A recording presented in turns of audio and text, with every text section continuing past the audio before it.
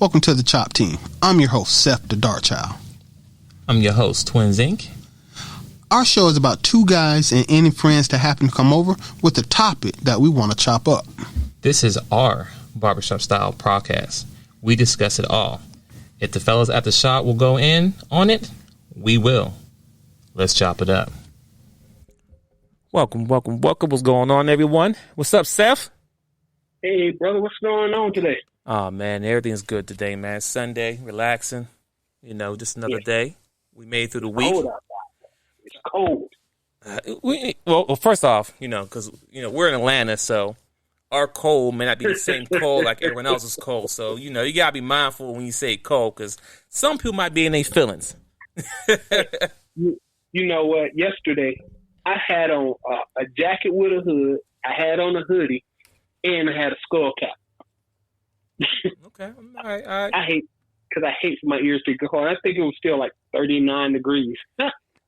Well, I'm just saying, Seth, you know me. You're born and raised here in Atlanta, Georgia, and me. I'm from Pittsburgh, Pennsylvania, so I'm used to the cold weather. And to be honest with you, I still haven't bought a winter coat. I still have a regular jacket. Oh, no, matter of fact, not even a jacket. I still have a little hoodie on.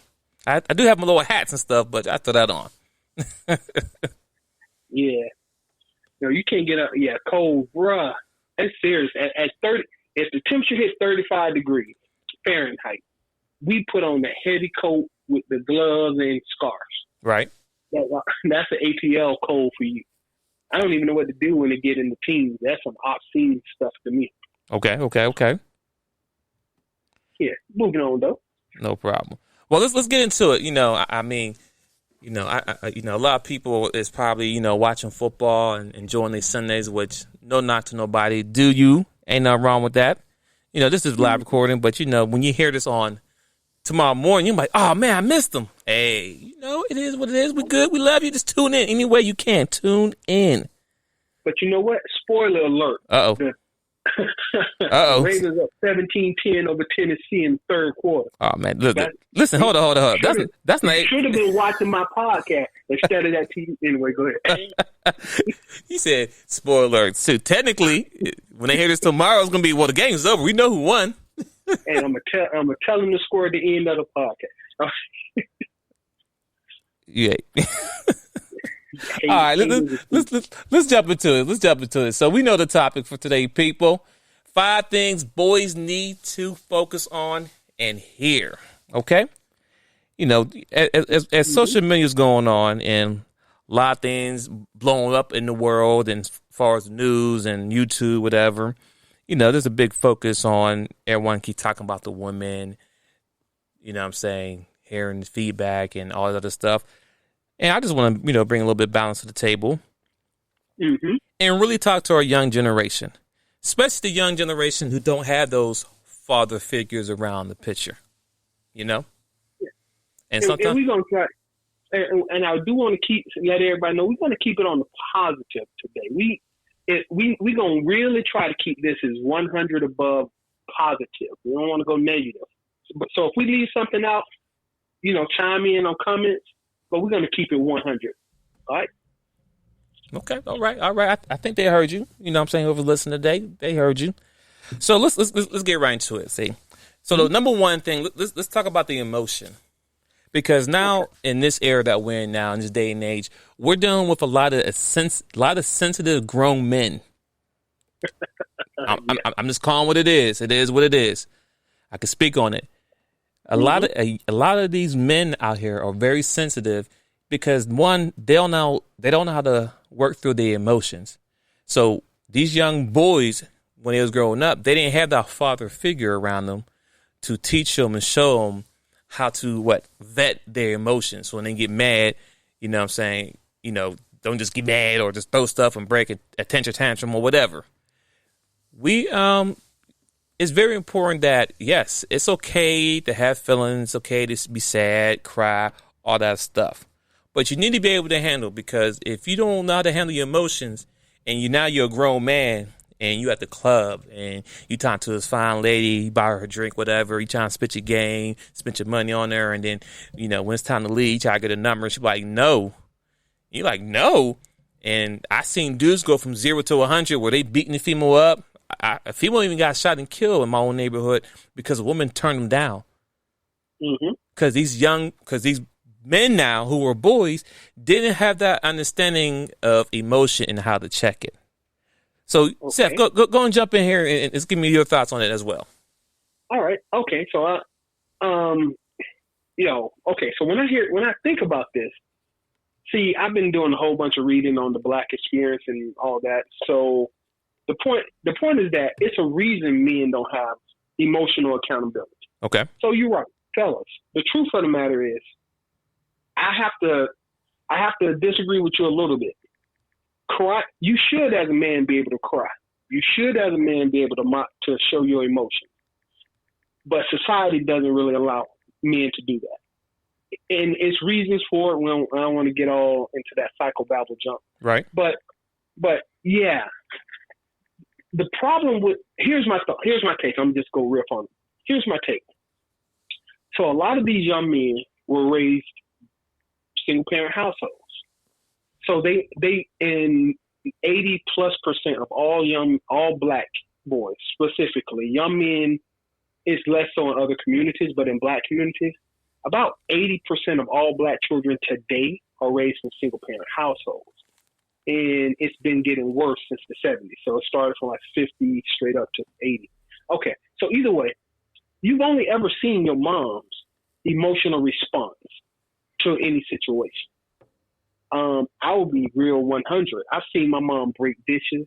I've seen my mom have total meltdowns as a kid. Okay. You know how you cower in your bedroom because you hear stuff going on throughout the house and you hear stuff being broken.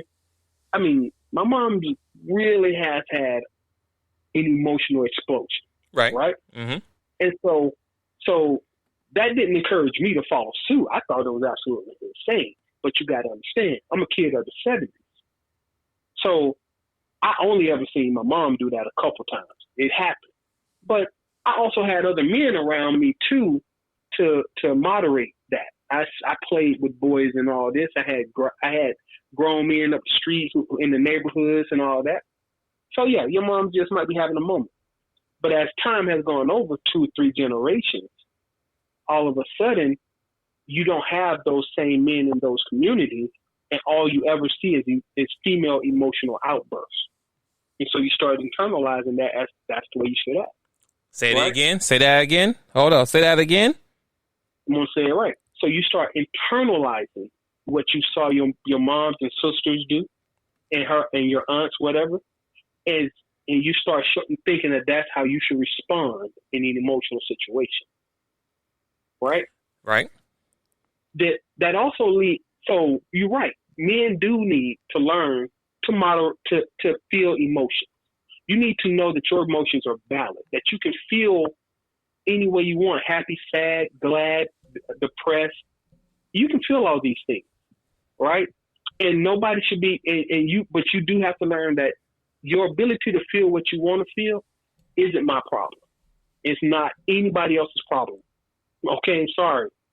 Take that with a grain of salt, too. If you want to get upset, fine. But you being upset doesn't give you the right to do something that affects me. Understand. You know, and I say that to add this.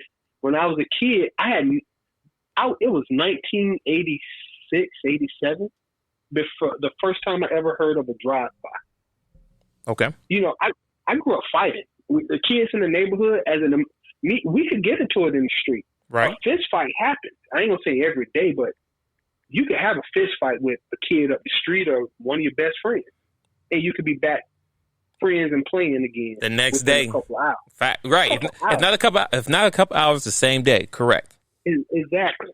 Right. So yeah, I can get mad enough to fight you. I can get mad enough to hit you. But I never once in my entire life have I ever hit somebody with the intent to kill. You know, I just want to just beat you up. And I'm pretty sure since I'm alive right now, nobody felt that way towards me. Right? Right. So, but nowadays, once again, so a girl turn you down at a club, you feel like the valid emotional response from you is to shoot her? or beat her up because she turned you down. That's for me, and I'm saying this to the young men, that's a female emotional response. Women have different levels set inside of their mind for what is acceptable in an emotional outburst. Those levels aren't the same for men. And y'all gotta quit acting like that. Y'all gotta quit giving out female emotional responses to anything that hurts your feelings. That's fact. Once again, as a coach would tell you as a commercial I just saw, Captain America talking, hey, if you get beat down, get back up. And if you get killed, walk it off. Okay? Really? We hold on. We quote on the Avengers scripts. hey, who don't respect Captain America? I'm just asking. That's true. And let me give you an example as well, ladies and gentlemen. I have a 8-year-old daughter and a soon-to-be 7-year-old son, right? And you know, I'm always watching them, even though they think I'm not watching. I'm always watching to see how they interact with each other. So they down here, you know, and down here in another part of the man cave with me, right? Because we kind of share a little bit.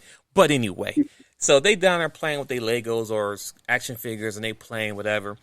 And I think my son is trying to put a Lego together, right? And he's getting frustrated. And then when he get mad, he would throw it and like start pouting. You know, so me, my first thing, my first natural instinct, like, but what you doing? We don't do that.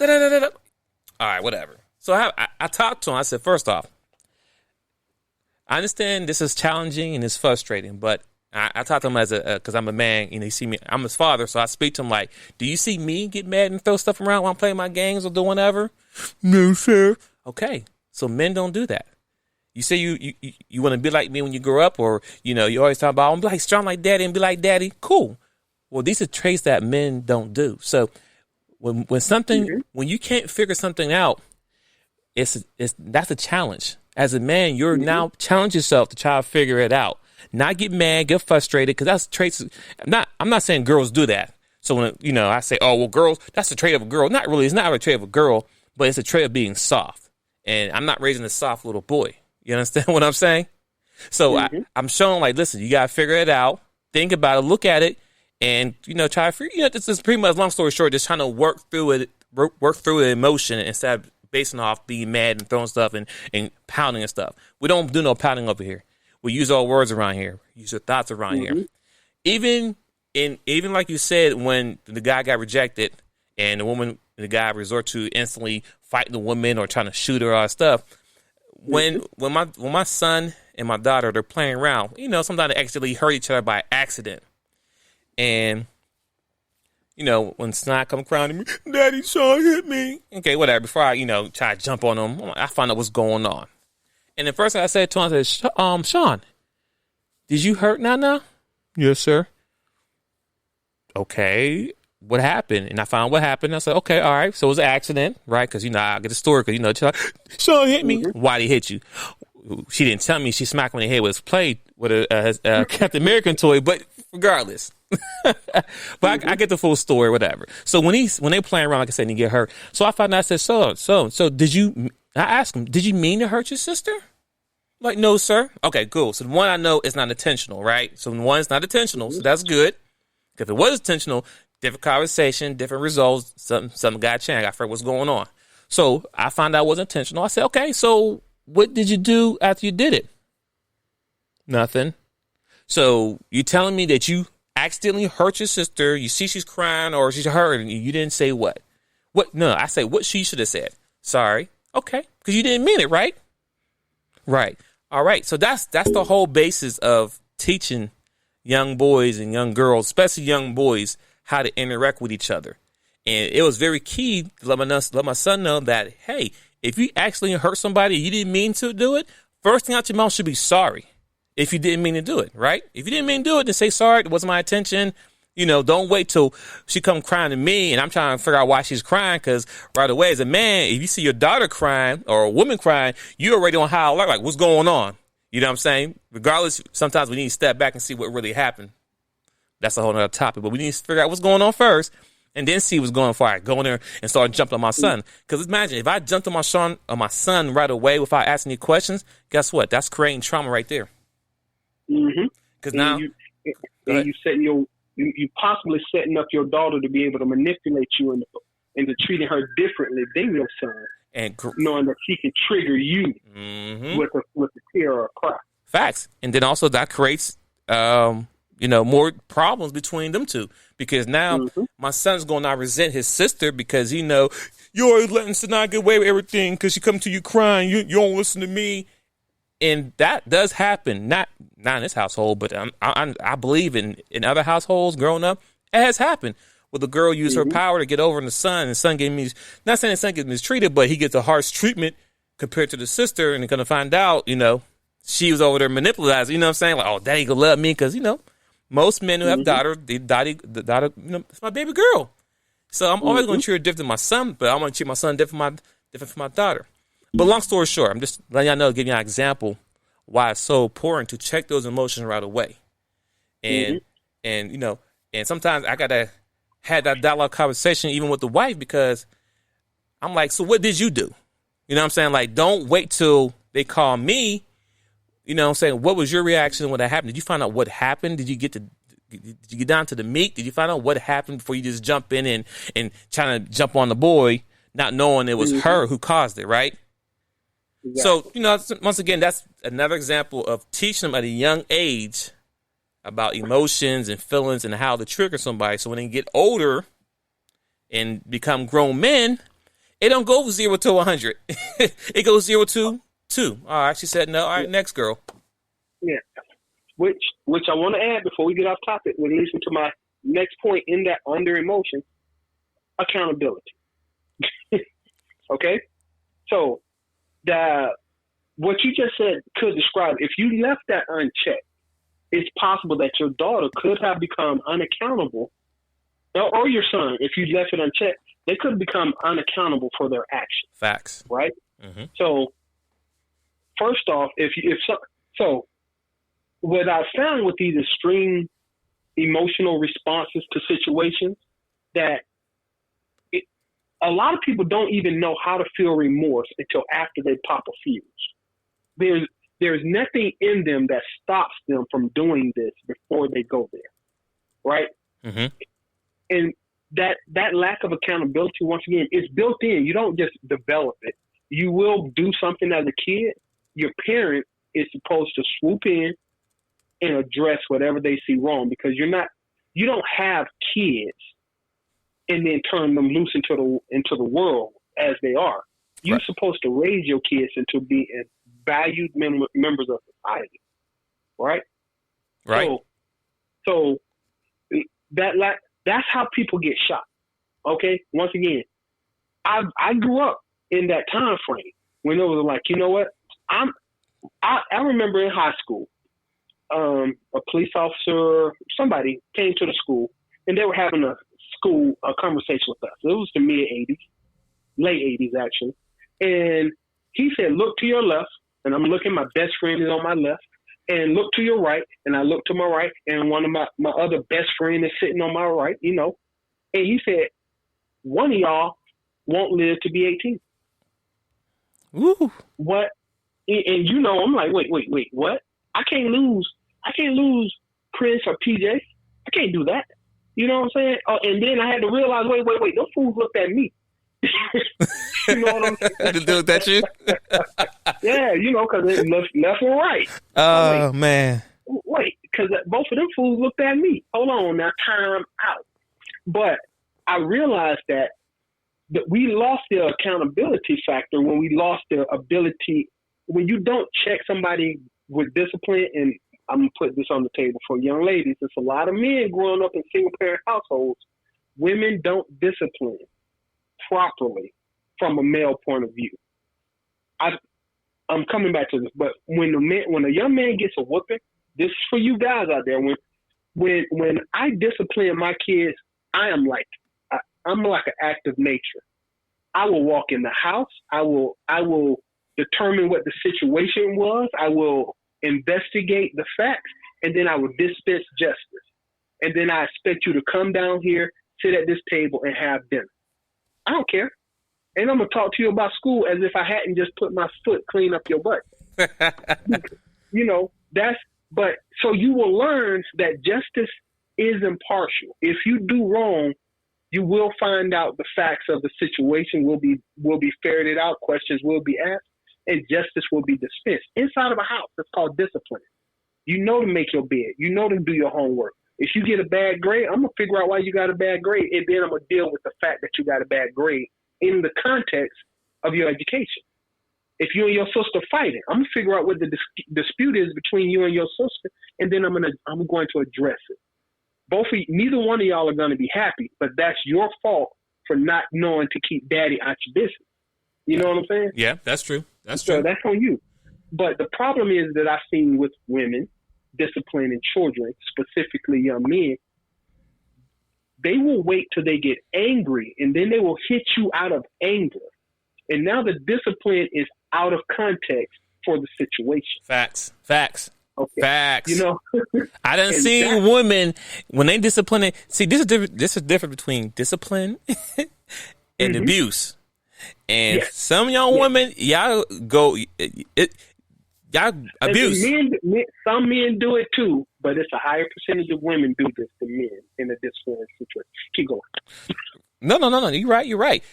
And the abuse. And honestly, when you sit there and knuckle up with your son, like he's some dude in the street, and you're going to try to say, oh, I'm just making him tough. No, you're not. You tearing that man down.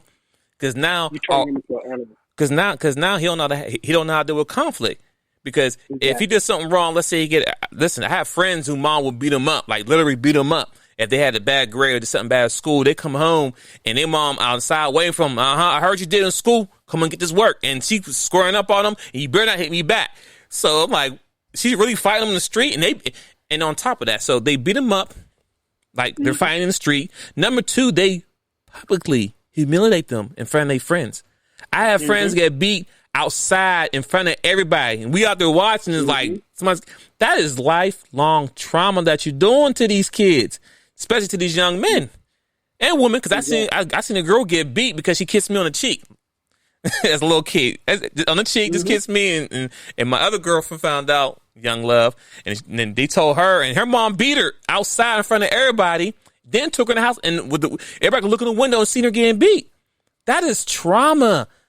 That raw, uncut trauma, and men do get their sons a business too, but it's with some restraint, because man, we really sit there and knuck up with our son and punch him, like someone really get hurt. We can break a rib, nose, and everything, right?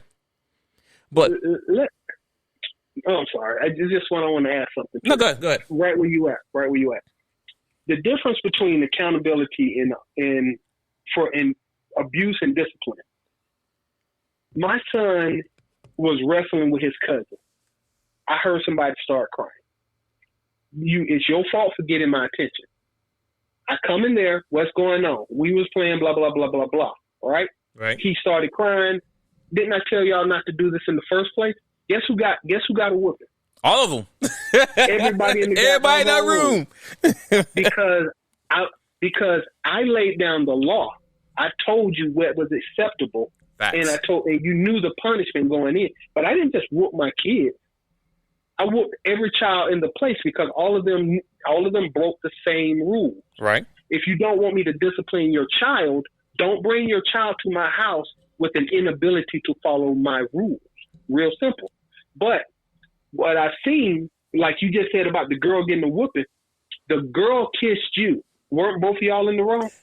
Was outside, but yes. But if you only discipline one child for doing something wrong, you teaching another child that maybe I ain't do nothing. I'm good to go. That's what happened to that person. You know what I'm saying? Right.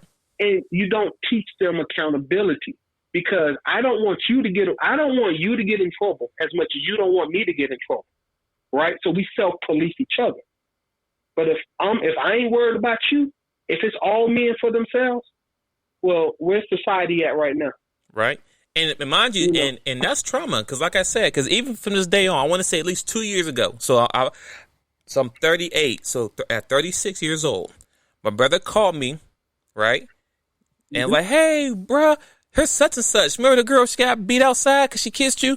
Like, people don't forget that stuff. Nope. We 36 years old. Mind you, I was probably, maybe 6 or 8. So this 30 years later, that's still something that people do not forget. You know what I'm saying? Now, hopefully she got over. Hopefully she ain't dealing with trauma with her mom and their relationship. I don't know that. You know what I'm saying? I haven't spoken to the girl because that was like. That wasn't one. But no, go ahead. No, go ahead. I just want to add, that wasn't a one-time occurrence. If her mama did that to her that time that y'all saw, that child did that for life. True. And yes, he got problems. And there's different scenarios. But one last thing before we move to the next topic.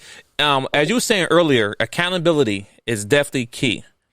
So most of y'all don't know I'm a twin. I have a twin brother. So my dad raised us, and my dad made it very clear that brothers are not supposed to fight.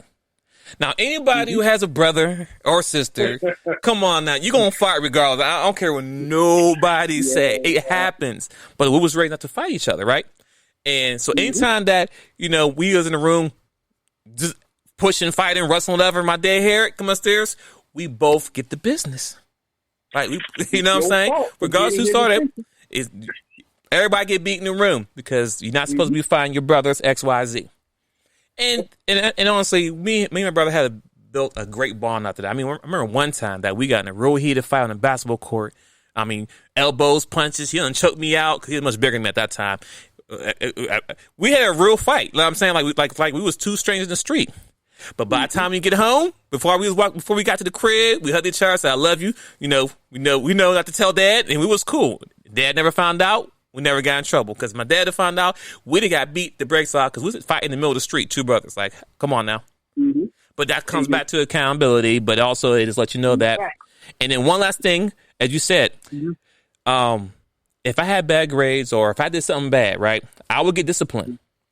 Mom or dad, regardless, I would get disciplined. I would get beat. But at the same time, after the settle, the smoke and tears and cried and the soreness went away, my dad would sit down with me and my brother and tell us, like, listen, I don't beat you because I want to hit on you. I'm disciplining you because I want you to do better. I want you to have to go through. I want you to have a better lifestyle. I don't want you to go out in the streets and do X, Y, Z. Like for example, I one time I was young, I stole some. I thought I was taking some like candy in my mom's purse, but it was actually Tum Tums or Rolos. But they want to call me, beat me, right? Whatever. But he explained to me why I beat you. Because, I wanted a snack. I was hungry, whatever. But the reason why he did it, I said, boy, what happened if that was some pills that your mom was taking that they could have killed you, right? I didn't know that because I was young and dumb.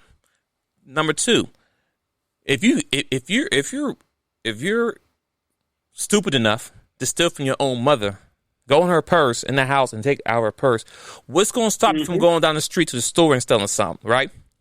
And the guy at the store might have a gun. Your daddy just got a belt. Facts. And my dad said, and the difference is they may shoot you in the store and kill you, and then you may go to jail. And guess what? You go to jail, I'm not helping you out. Don't call home. We're not paying you to get out of jail, X, Y, Z. And on top of that, once you're in jail, you're going to wish you got to beat because the things that are going to happen to you in jail, I can't help you. So this is why I'm doing this to prevent you from going to jail. I'm doing this from you being killed. Just like, you know what I'm saying, when people get shot and killed in the street because they don't know how to follow instructions. License, I ain't give you none.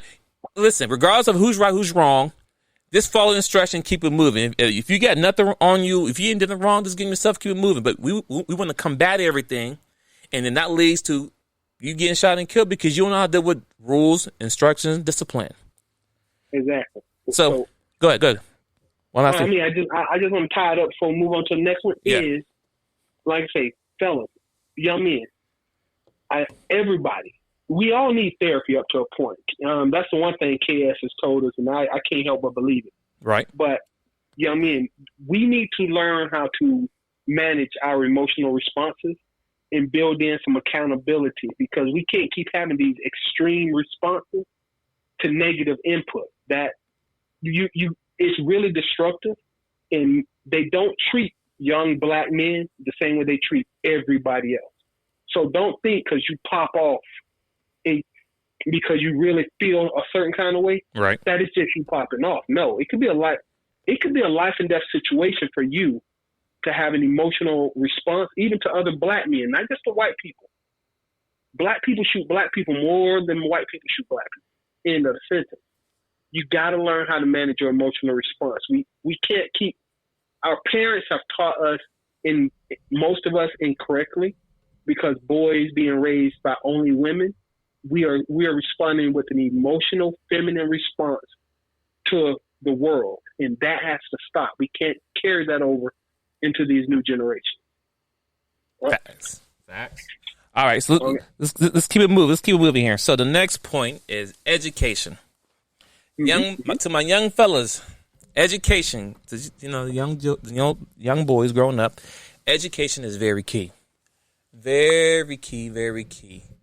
So when I say this, because I went to school. So I'm not speaking because I just want to talk. I'm telling you because I'm going through life experience. It's okay to be a nerd. It's okay to be smart and still, Preach, bro. you know what I'm saying? It's okay to be a geek. Trust me. Don't be like I had a few friends. I had one friend who could be in the NFL, right? He was that good. He was that talented. He was that skilled, and he was smart. But he wanted to be cool and not focus in school and all that stuff. And then when it came to go college, his SAT scores were low, whatever. He ended up in the hood, not making it. But the point I'm trying to make is that it's okay to be smart. It is. Because right now, your education is key, especially if you're in elementary, high school, whatever. While you're in school now, this is the free education that you get. And it's horrible, but it's still free. Right. It's definitely horrible, not the greatest, but, but reading, writing, English, math, basic stuff, you need to master those stuff. Because, everybody doesn't go to college, right? Everybody doesn't. Everybody shouldn't go to college. Right. I want to jump on that when I start speaking. But go ahead. Yeah, I agree with that. But why you take this time now? Because I hear a lot of stories of young boys. Because this is topic to our young boys. It's a young generation, so can't say men, but to young boys, teenagers, whatever. They're going to school, and some of them are very smart, but they're not taking it serious. They go to school and do it, and you ask them, so what's preventing you from doing it? Oh, I can do it. I'm just, I'm just chilling. I said, nah, you shouldn't have that attitude. Listen, because your mom fussing at you, your parents fussing at you because you're getting these progress report letters or your grades are dropping because you're not taking it serious. But then we wonder why Billy next to us is doing great and he has no problems. He do what he want to do. Well, because we're not taking our job serious. It also comes back to accountability. You need to do what you need to do. Yep. If at the end of the day, I had a conversation with this young teenager. I said, hey, when you get up in the morning, are you hungry? No. All right. Do you have nice clothes and shoes to put on? No. I mean, yes. When you go to bed, do you sleep in your bed? Yeah. Okay. Is it warm? Is it cool? Based on the temperature? Yeah, it's good. So your mom is doing everything for you to be successful and great. And all she's asking you to do is go to school, do your work, and then you can probably get whatever you want. Like, I know some parents will buy the kids cars, buy whatever they want.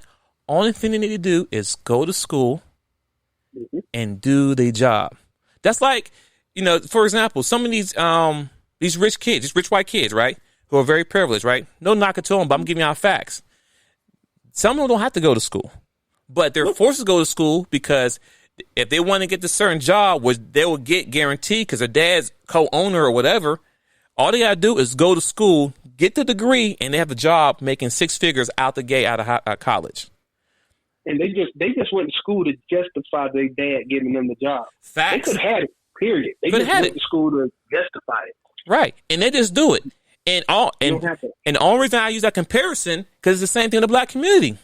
Even though we don't have ownership and business stuff we can get you into, but the fact is that for what we do have, your parents are willing to give you everything just by doing your part. Just go to school, stay out of trouble, and get good grades and you can have whatever. I don't care. You want PlayStation this year? Sure, no problem. But then y'all y'all young boys be feeling entitled. You be wanting these PlayStation, you be wanting these Jordans or LeBrons, whatever you like to wear now, and you feel that you should get it. But then we'll ask you about your grades, your D's and C's, and and then you always always hear complaints about you in school playing around. Just do your job. Listen, enjoy being a kid now, because when you become an adult, there's no going back. Once you start working, you will not stop working until you die. Amen. Unless you get very, very lucky, and I mean like lottery level lucky, you're gonna work until you in your 60s, 70s. Don't mess up. So, but good. Go and jump in and say your side, sir. I'm sorry. Yeah, I approve of everything you just said. Now here's where I differ a little bit. I don't know if education's for everybody. I'm giving y'all this benefit of the doubt. But reading and learning how to do math, I almost don't care if you don't pass history. I don't care if you pass history. I don't care if you pass sociology. Facts. I mean, physics. I don't know. I don't care if you pass physics. I do care, but you know what I'm saying. Right. Mathematics, science. Learn something that's useful in the world today. Reading. Yes, I personally think it's crazy to make a kid take English literature from being on their first grade through 12th grade. What's the point? Since I've been out of high school, I have never discussed Macbeth with anybody, nor have I discussed Oliver Twist or The Great Gatsby. What the heck was any of that for? You know what I'm saying? Let's be 1,000 on this. I don't even know what books they're currently reading. But honestly, making someone take English lit all through high school, why don't you teach some kids something about opening a business, investment strategies? So anyway. Yeah. You about to change the topic. That's a whole nother topic we can talk about later on, but continue. No. I mean, and I'm touch base, but like education. Okay, so first off, for every young man out there, I'm going to tell you something. College, I'm sorry. Let me say this for young men and women. College ain't necessary. College, if you need to know who you are, learn who you are. That's what your first 18 years of life are for, learning who you are. In addition to what the hell a parent tells you, learn who you are. If you don't have the aptitude to go to college, not everybody can be an investment banker. Not everybody can get a degree in business management. Not everybody is going to be a scientist or get a PhD, right? Mm-hmm. But and this will fall into another topic later on about money. Blue collar jobs pay the bills. Electricians. Oh, yeah, you jump with the gun. Well, I got it in both sections. I got it. But all right, go ahead. But I'm just saying, blue collar jobs pay the bills. I don't care how many degrees you have in computer information systems. Somebody built this house I live in, and I have to call somebody to fix something. Facts. Okay? Facts. You don't need a degree. Don't let them push education down your throat so far that you think you have to go to college. But what I do need you to do is always, whatever you choose to do with your life and learn how to do something. I don't care what you do.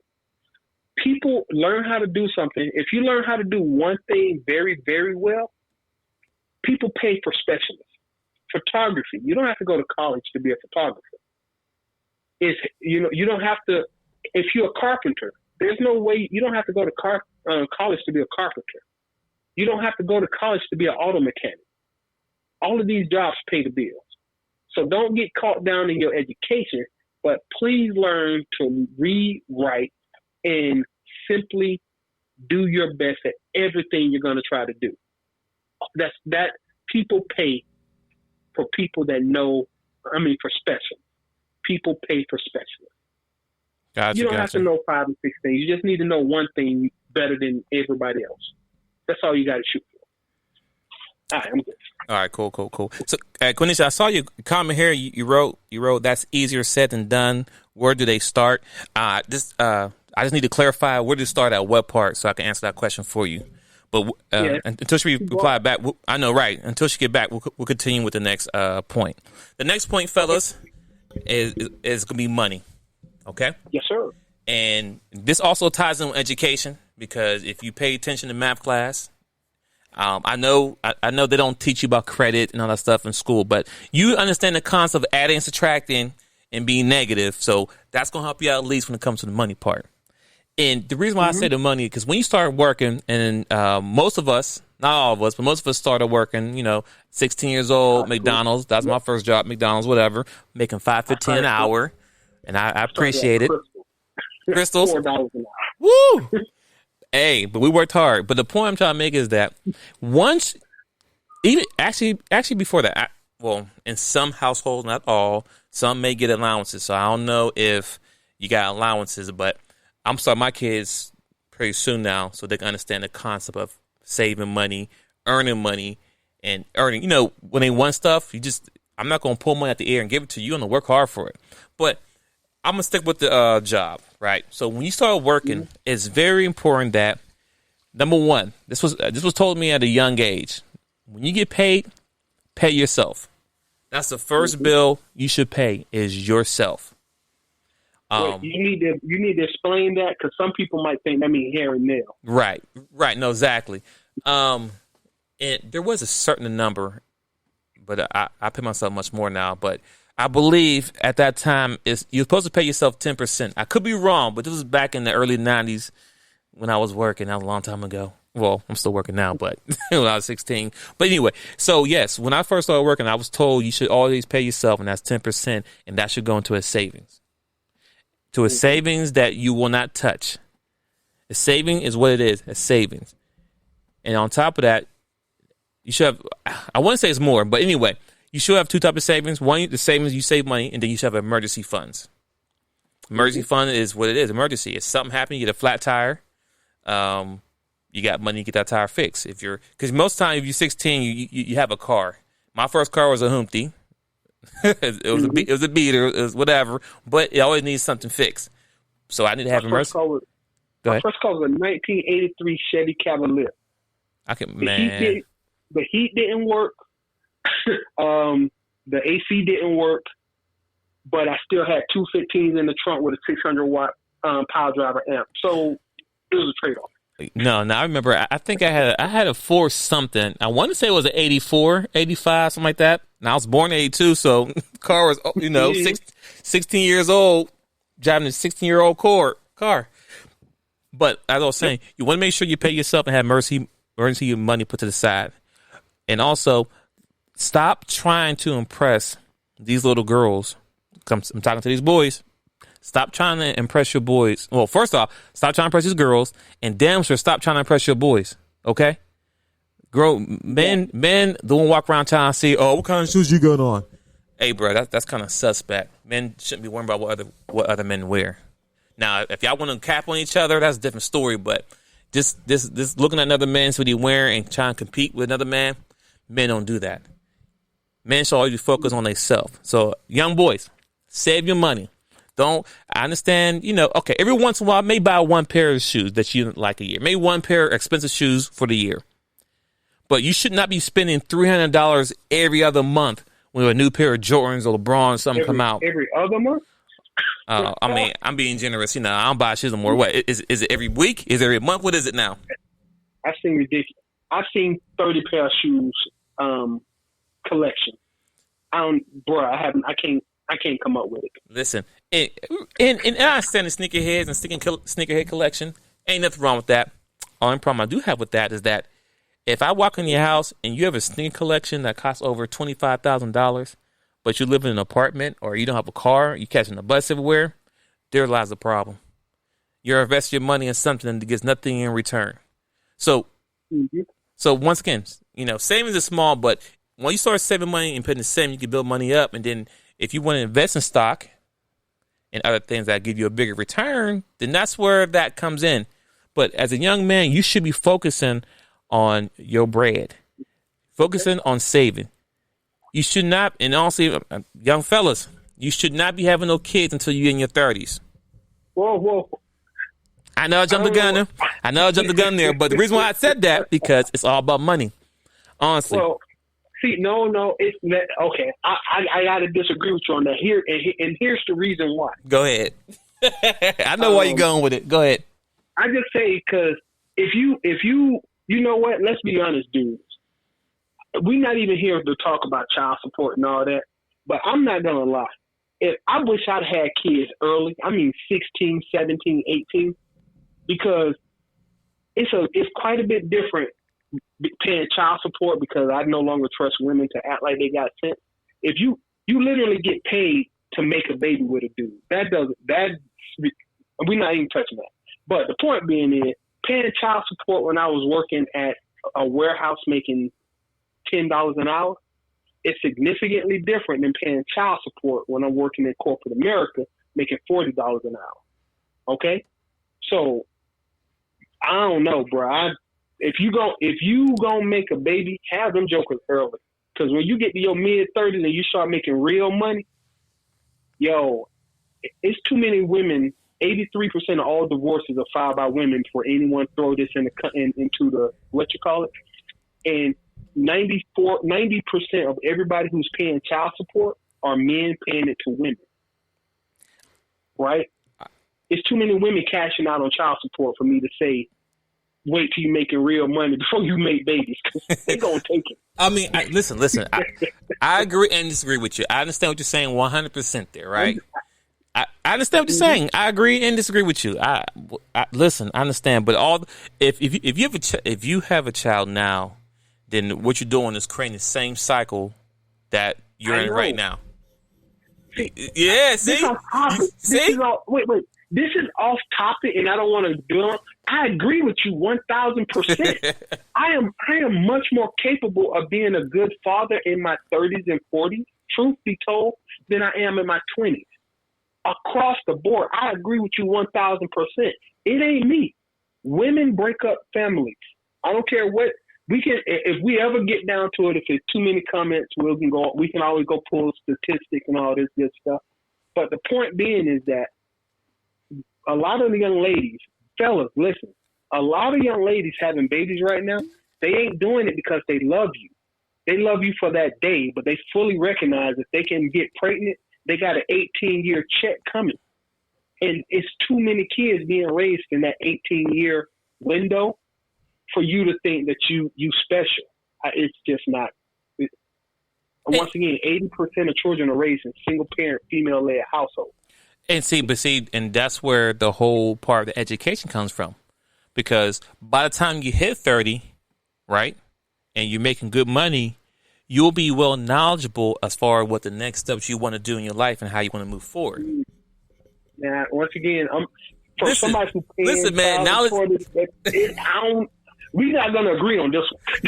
Listen, and you know what? And we're not supposed to. That's how I be in the barbershop. You know what I'm saying? So, yes, sir. Yeah, we arguing this in the barbershop. All right, we'll come back to that. Not on this one. This is gonna be another topic. No. Yeah. That's a whole different. That's a whole different boat to ride. Listen, hey, let me go on in. Right. Let me start on money. I agree with most everything you said until you got to children. But long story short, the reason why I brought up the children because you should be financially stable to be able to have a family and raise kids. That's where I was getting at, and I understand there's some other things going on, but we'll come back to that in another topic. Yeah, but that's 1,000% reasonable. Right. Don't start a family until you can. Don't start a family until you can provide for that family. That once again, I agree with it. It's the fact how I feel and the facts are different.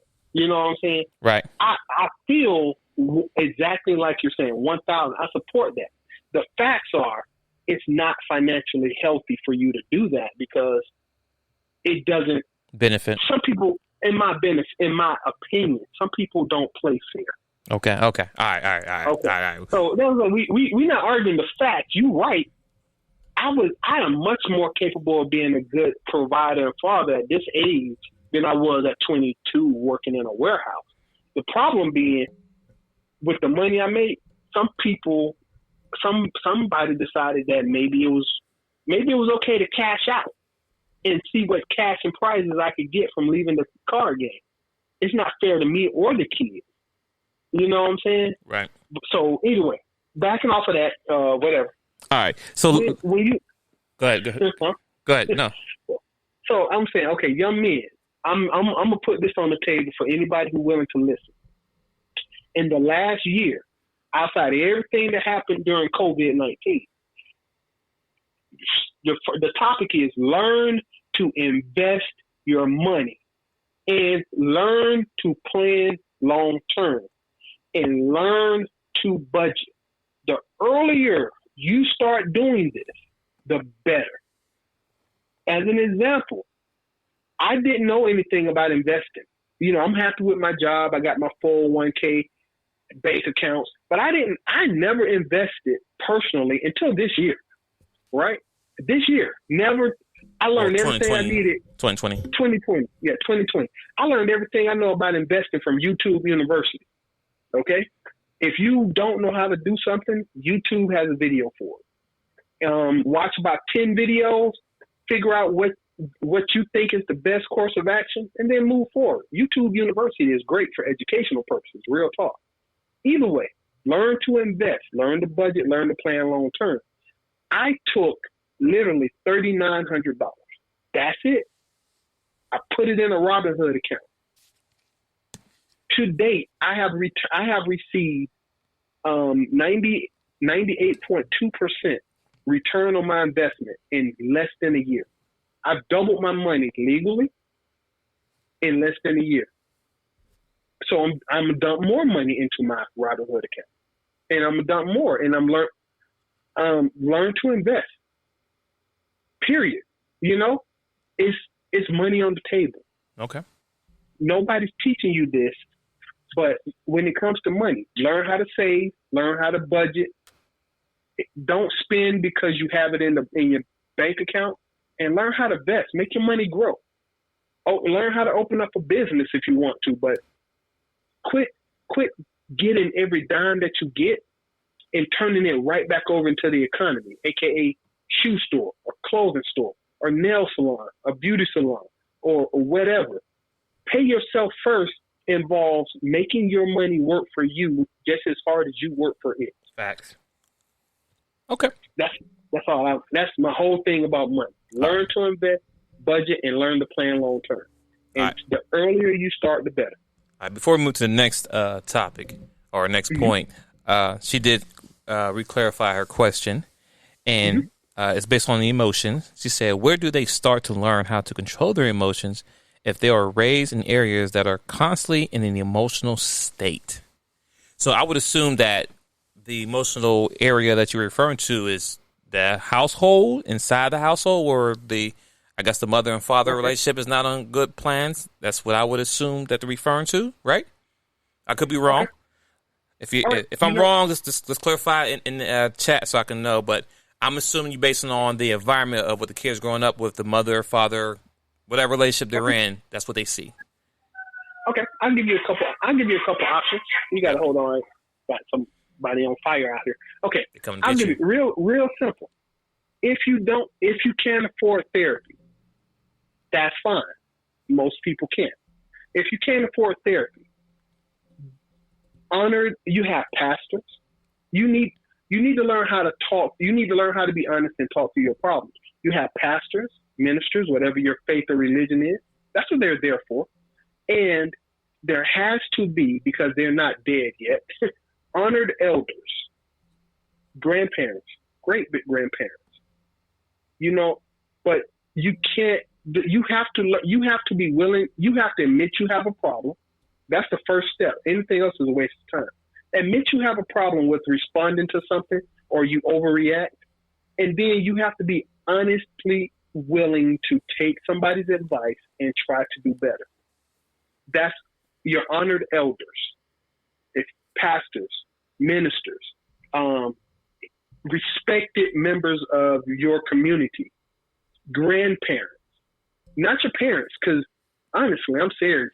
A lot of your grandparents if you're 15, your grandparent might be 45 years old. You might want to go see great grandma. Facts. You know what I'm saying? Right. But you can't keep doing it. So yeah, it's emotional based, but honored elders, respected members of the community, people who you trust, but they cannot be your same age. I cannot stress this enough. People your age don't know how to help you. They are going through the same thing you're going through it at the same time you're going through it. It does. Even me and twinsinc right now having this conversation, we're talking to people years younger than us. I'm not trying to help a 45-year-old male. This dude has lived the same time I did. He grew up in the 80s, in the 90s, in the 2000s, and now the 2020s, the same as I did. I'm not offering him advice he didn't live through. That's facts. And also, you know what I'm saying? Yeah. Also, and like you were saying, number one is do not involve family into your relationship affairs. That's number one, right? Number two, as well, find a couple that's been married for years. Find someone who's been married, and when I say, let me rephrase it. Find a couple who've been married for decades, not years, because a lot of people get married for years. Find a relationship couple that's been married for decades and have a sit down talk to them, and they will keep it 100 with you and as far as getting that advice.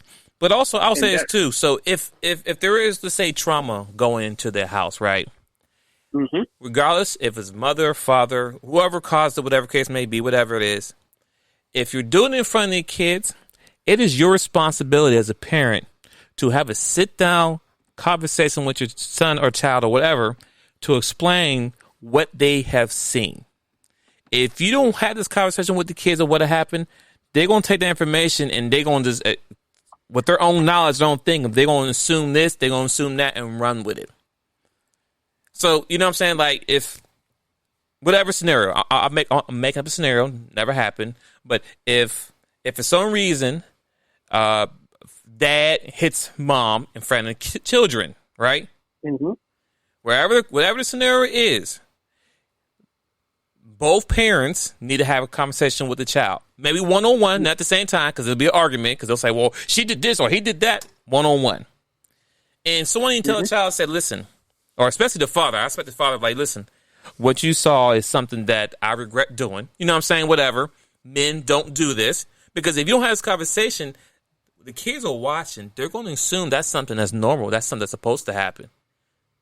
But if you don't have that, like you said, if you don't have that counseling, therapy, then you're at fault whatever happens. I'm tired of people saying that, oh, it's just a bond. It's you know, I grew up this way. Our family had this problem with trauma. No. That's you're not taking accountability. If you know something is wrong and you use that excuse, then you're the problem. That's what they say. Break the cycle, right? I need to break the cycle. What you just said triggered something in me. Oh, sorry.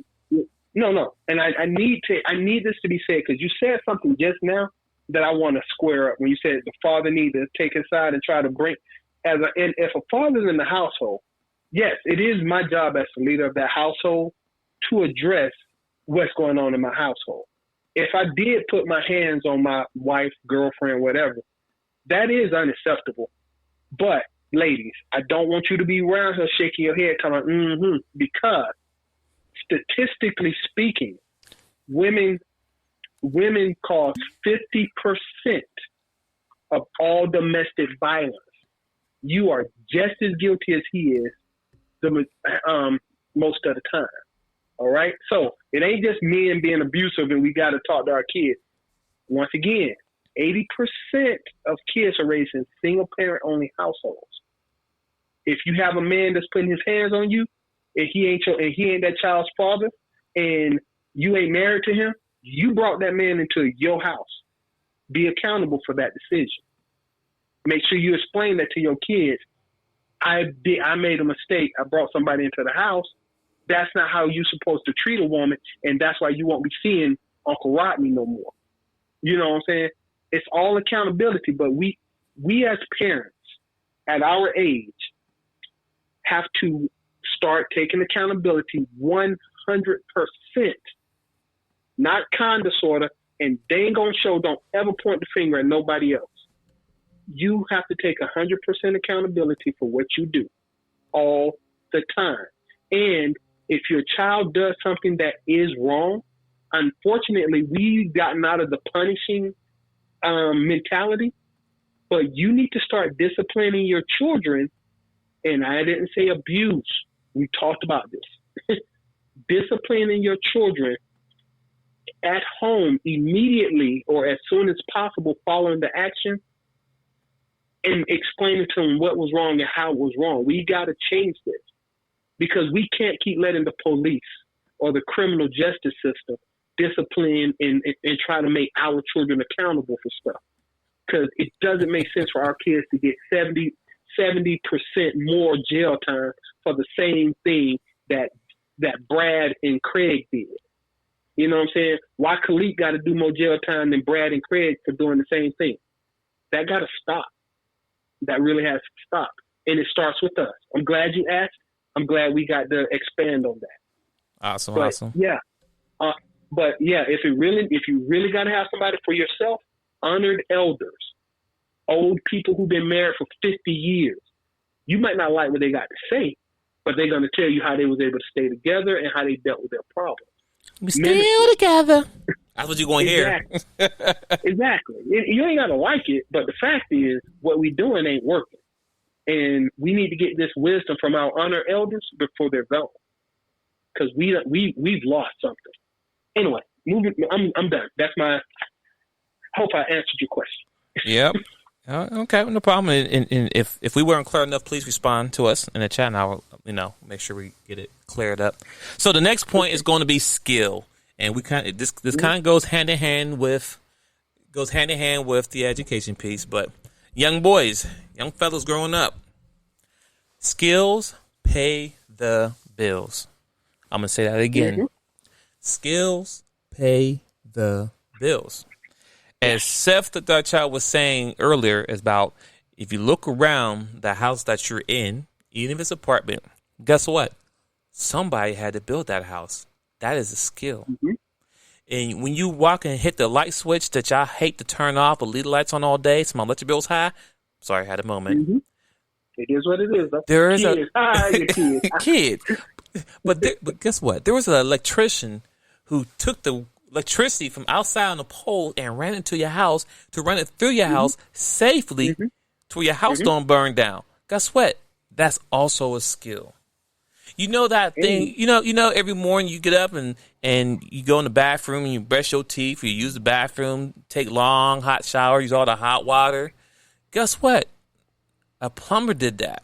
Guess what? That's another skill that pays the bill. Oh, if you happen to visit, if you either live in that house or visit a friend that has a nice backyard and it's fenced in, guess what? There's a skill for that. So, fellas, listen, going to college is cool. Nothing wrong with that if you get a degree. But make sure you do get. I'm going to ask, if it's what you can do not shove a degree down your throat just because everybody's telling you to go to college. If you know you are not suitable for college, ain't no reason to get $200,000 in college debt to become a political science major if you are going to end up working in a call center. Right. And then be happy when Biden passes a $10,000 credit towards your loan, just $10,000. That was not smart for you to have taken out in the first place. Yeah, so that $10,000 towards your $100,000 is still is. I mean, it helps a little. I can't even say a little bit. It help a smidget, I guess. Shit, that $10,000, all I'm doing is paying the interest. If we can keep it $100, he's paying your interest for you. That's all it is. You still owe the $90,000. Sorry. And I don't support that anyway. I don't, because if you get $10,000 for your student loans, I want $10K too. Listen, we talked about that as well. I want my $10K too because I paid my student loans off, but I still feel I should get my money on that. I want my money too. But also, yeah, like I said, find the skill that pays the bill. Also, whatever your passion is, whatever you like to do, whatever your passion is, young fella, whatever your passion is, whatever you love to do for hours a day, make that a career. If you like playing video games, be a professional gamer. Why don't you work for the company that makes the game so you can get paid? You want to do something that you love doing for free. I'm gonna say that again. Mm-hmm. You want to do something that you could do if you didn't get paid for it. So if you like to play video games today, and so that means you'll work 100 hours a week because that's something you love to do, and you're getting paid for it. Is another caveat to it. So find your passion. So when you say during your first 18 years of life, I'll say first 16 years of life, because at 16 you might get a job somewhere. But first 16 years, you need to figure out what you want to do. When you go to school every day, don't just go to school to go to school. Find something that you like to do, and focus your school education towards that. Because once you get into high school, I want to say eighth grade or freshman, you're able to pick certain classes to take. So if you know you're going to be a computer major, you want to focus on all computer classes, math classes, whatever stuff they're going to be towards. So if you do go to college, you have those things out the way.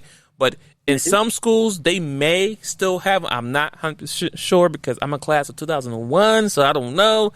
But when I went to school, they had a vocational school. And at the vocational school, they had computers, electrician, cars. Oh, yeah. Auto shop. Yeah, wood shop, all that. Listen, all those things pays the bills, and half the day you're not the main school. The first 4 hours you're at another vocational school meeting other students anyway, so you might see other girls, other people in network work. But the point I'm trying to make is that skills pays the bills. So technically, you don't really have to go to college to make some money. And honestly, listen, I'm in a house now, and I paid for someone to get my fence worked, my fence put up. I paid someone professionally to do that. I done paid someone to run electricity in the man cave studio that I'm in. I paid someone for that during this pandemic. I done paid someone to draw a wall up. I helped out, but I still paid them. And I did my own installation as well. But it's still UT University. But the point I'm trying to make is that these are things that even when the pandemic last year, people were still getting paid, because if you have a house, those are money. If you walk outside right now and do a 360, whatever you at, you're looking at money. Shoot, if you know cut grass, that's a skill. Landscaping is a job. It's a job. It might not pay a lot, but it pays. So, I mean, it could pay a lot if you're smart enough and you can lock down a whole neighborhood, a whole community, and you can hire people and you can make the money easy. But here or there, skills pays the bill. So focus on the skill you like to do, young fella. Find out what your passion is and work it. Want to add anything to that, Seth? Yeah. I got another track I want to add besides. Yeah, go ahead. Okay. So now, on top of the skills paying the bills, fellas, for real, you need to learn something unusual too, because eventually you're gonna want a girl, and women like stuff that's unusual, right? I mean, let's be real. You want martial arts? Come on, man. Who don't like kung fu movies? It might not be impressive, but it's something you learn. It's a passion, you followed it. Right. You might want to learn. It ain't even gonna. As long as you're happy, shooting pool. Anybody can shoot pool. Not everybody can be good at it. Yeah. It take time, dedication to get good at it. Fishing, shooting pool, shooting basketball. I got a friend. This dude jumped interest left and right. You know what I'm saying? Right now he went from racing RC cars, to now he's racing RC planes. He stepped up. I think it was crazy, but I've seen some of these competitions. Wow, dude, this is impressive as heck. Learn how to cook. Learn something. Life is it's a long time from point A to point B. And if everything you do in life simply involves you trying to make money off of it, kudos. I'm not knocking that. But life is actually enjoying what you're doing. Learn something else, not other than video games. That's all I'm gonna say. Just what you said. Learn a skill. Skills do pay the bills, but you'd be surprised at how happy you are to get your black belt in karate. You might not be able to play in the NBA, but my God, does it feel good to run the neighborhood court? You know what I'm saying? Yeah. It feels good. So take skills and learn all the time. Learn how to roller skate. Learn how to snowboard. Learn how to ski. Learn how to ride a horse. once you take a girl horseback riding, if she ain't never been horseback riding, dude, she'll never forget you. She'll never forget you. Learn a skill. Life is more than just work and hustle, and you'll be surprised how calm and even killed you'll be. It's hard to have a very negative emotional response when you meditated. You know what I'm saying? No. When you, nothing wrong with that. And I've seen cowboy and Indian movies, let's be real, but I mean, how many times have you been riding a horse and you just felt like you need to do a horse by? Me, never, but I understand what you're saying. I never rode a horse. but that's the point. Learn. If you've never went sailing, go sailing. You know what I'm saying? Go pay the money to go sailing. Go deep sea fishing.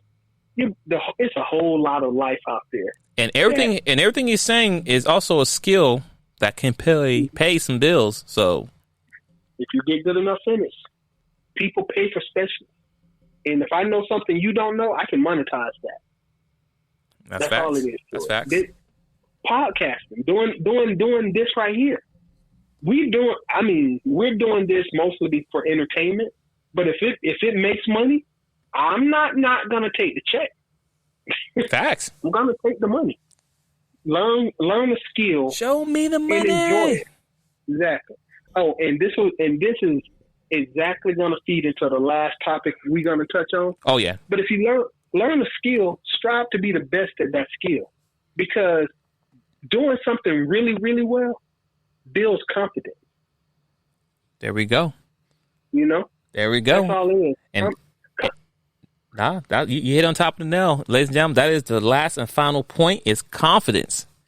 Once you're able to master your emotions, be educated, learn how to manage your money right, and have a skill, your confidence is going to be on a level 1,000. Or what did you say? Over 9,000. Only my Jerk fans will understand that. But yes, confidence is key, fellas. Go ahead. And if you don't understand over 9,000, I don't know. You might not be capable of understanding nothing we say from now on. And listen, they really had a bad childhood. If you don't know what over 9,000 means, what you know that was, mind you, that came out before early 80s when it came out, so it's still rocking now. If you don't know what that means, your childhood sucked. Right. But we're here to help you. Just let us know in comments. We're here to help you. Yeah, if you don't know what over 9,000 is, just put a comment in, and I'll definitely send you a message, let you know what over 9,000 is, and where you can go and learn about it and research it and be magnificent. Wow. Yeah, all that good stuff. But anyway, confidence. Confidence. Listen. So once you master the first four skills, or first four things that we talked about today, it's going to put you in a different category in life, to where you can be whatever you want to be at this point. You bring a lot to the table, and you can demand certain things. It'll put you in a different category. I would say high value, whatever. Once you master those skills, no one can tell you anything. And nothing wrong with being confident, because at the end of the day, emotion, education, money, skill, it all comes down to one thing that we all really want in life, and it's a woman. Sorry. That's what comes down to it. Women love self-confidence. Women love men who are very confident. Yes. You can stand in a room with a bunch of millionaires and you can be making $30,000 a year, but you can steal the confidence out the room based on your own, what they call it, swagger. Basically. You may not have the same money that everybody have in the room, but if you're confident in yourself, no one can tell you anything. It's going to help you out when you apply for jobs, you go on interviews. Like some people, when they go on interviews, they nervous, they sweating, don't know how to act. I know some people go on interviews like, man, I love interviews. They go in there and they having conversation with the people. They go in there and they talking to them like, hey, they selling stuff, but they know they're applying for a job, but they're so confident in themselves. Like, you don't hire me? Shoot, if you don't hire me, that's your loss. I'm here. You know what you're missing. I'm here because, hey, I'm just here. I know what the value that I bring. And once again, it comes back to your value that you can bring. You know what you bring to the table. So you can demand certain things. You can get it, whatever job you want, you apply for any position, even position that you may not be all the way qualified for, but in most positions, they're going to train you anyway how to do it. All this is getting your foot in the door. But if you have that confidence and you that swag, you can talk whatever you want. Even same thing with certain females. You see, I know some guys see certain females like they're intimidated, like, oh man, she may like bother us, whatever. I don't know. Have you ever noticed? Take away the rappers and all that stuff. Have you ever noticed that when you see a bad woman, a bad chick, like, man, she's fine, and you see the dude like, what the? She with him? Listen, his confidence. Most ugly dudes, and I ain't calling him an ugly dude, but most non-attractive guy, whatever you want to call it, right? They pull the baddest females. You know why? Because their confidence is up. They may know that they may not. They may know they don't. Okay, I don't like Morris Chestnut. I don't look like all these, top cover. It's hard to say now because the top cover male of the year stuff be kind of suspect. But anyway, don't like the GQ men that we get all the ladies, Rico Suave, Pimp, whatever. But they got the confidence to spit that game and get whoever they want. That's what you be sitting back. You sitting back looking and hating like, how you get her? Confidence.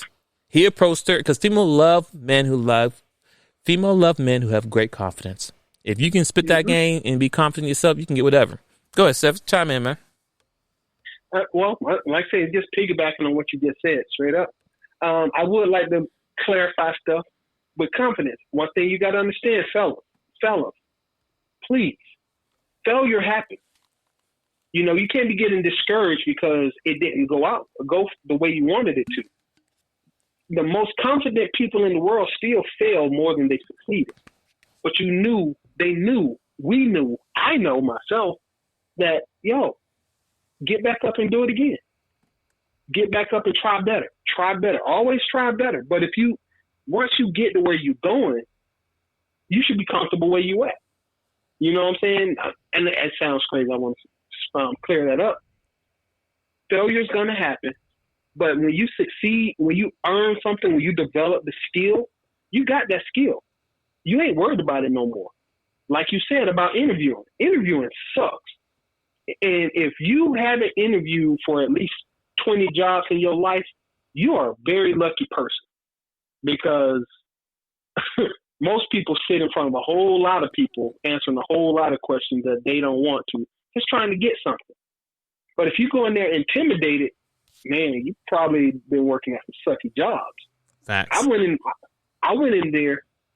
I interviewed one time for a job I didn't even want. I didn't have nothing better to do that day. And I ended up getting a job and a raise. I ended up with the starting maximum. I didn't even want to go, but I was like, I went in there. They talking to me. I'm like, I can do all of this right here and I can do this because learn skills. It's cool. I'll give you an example. It's cool if you know coding per se. Right. But what language can you code in? See, now you got a question to ask yourself. What language can you code in? If you can code in one language, awesome. That's fine. That's good. And that fits the job description. Right. But maybe you can do 3 or 4 other languages. Why did you learn 3 or 4 other languages? Because I was just developing my skills. I was expanding upon myself because who does it hurt to make yourself better? So, boom, I went in for a job I didn't even want. I got the job and I started out with the maximum available for that position. I didn't even want the job because I had another job. But it is what it is. I took it and I ran with it. That's what you have to learn to do. But that's confidence. I didn't go in there worried about getting a job. I went in there because, hey, I'm free today and this is an opportunity. I wasn't afraid I wasn't going to get it. I really wasn't. I wasn't even sure if I wanted it. That's how confident I was that day. I don't even know if I want this job. That's where you need to be in your life. And when you walk up on a girl at a club or a bar, don't be scared if she's going to turn you down. You really interviewing her for yourself, bro. You don't even know if you want her. She might ask you for a drink without, hey, how you doing? I sure am thirsty, but man, I hate thirsty. Up front. And you need to be confident enough to walk away knowing there's another girl in the club waiting for you. Facts. Be confident. Women love confidence. Confidence shows through. You don't have to tell people you're confident. They will figure it out very, very quickly. But you can't be confident if you're having crazy emotional outbursts and erratic behavior. You can't be confident if you're lacking on an education or if you haven't learned how to do something well. You can't be confident if your money ain't right. And you dang sure can't be confident if all you are is a one-trick pony. It's hard to be confident as a one-trick pony. If all you can do is make rights and somebody actually make a left, what you gonna do with your life? What you gonna do? Talk to them. You know? So that's pretty much all I say about confidence. If you work on, once again, your emotional responses, boom. So the world doesn't break you. You manage the world. Don't let the world manage you. Mm-hmm. Get your education, develop your skills, and make sure your money right, bruh. Everything else gonna flow exactly where it needs to because you did everything you were supposed to. That's all I got. Well, you summed it up right there, ladies and gentlemen. If you have any young brothers and sisters, mainly brothers, because I'm gonna talk to the young fellas. So any young fellas, young teenagers who just not acting right, let them listen to this audio. Let them go to YouTube and watch this video. This is for our youth. This is the benefit of our young men. Some of these things I learned on just trial and error, but some things were told to me. So, what most men do is pass on the legacy to the next generation. So you already know my son get all this work right here, but you know what I'm saying? But anyone else, you know what I'm saying, a single mother who's raising, a son and, it gets challenging sometimes. Let them listen to this. Hour and a half, it's okay. They'll spend 3 hours playing video games. Tell me, hour and a half, listen to this video, and write down 5 things that they talked about in that video to make sure he really paid attention to what was being said. You know what I'm saying? Yeah. Hey, matter of fact, let them play video games and listen to this because multitasking is a skill. Facts. That's a good one, too. Man, that's fact. Multitasking, you got one to multitask. So, yeah, let them play the game and listen to it at the same time. Because sometimes I be playing game and listen to stuff like, hold up. What they say? I'll pause the game and rewind that. I said, hold up. You start focusing more on what's being said. But yes, once again, thanks for tuning in. Everybody who viewed in on the live stream on YouTube today. Thanks for all the comments. Once again, if you have any questions, concerns, if you want to be on the show, the information is down in the link. It's all there. But that's all I have for us for today on this first episode. Anything except? I think I hit everything I meant to hit today. I feel good about this one. Everybody, thank y'all once again. Trying to stay positive. If it's something y'all want to expand on, let us know. It's what we're here for. All right. Well, thanks for tuning in, everybody. Yeah, have a great one. And we is out. Peace.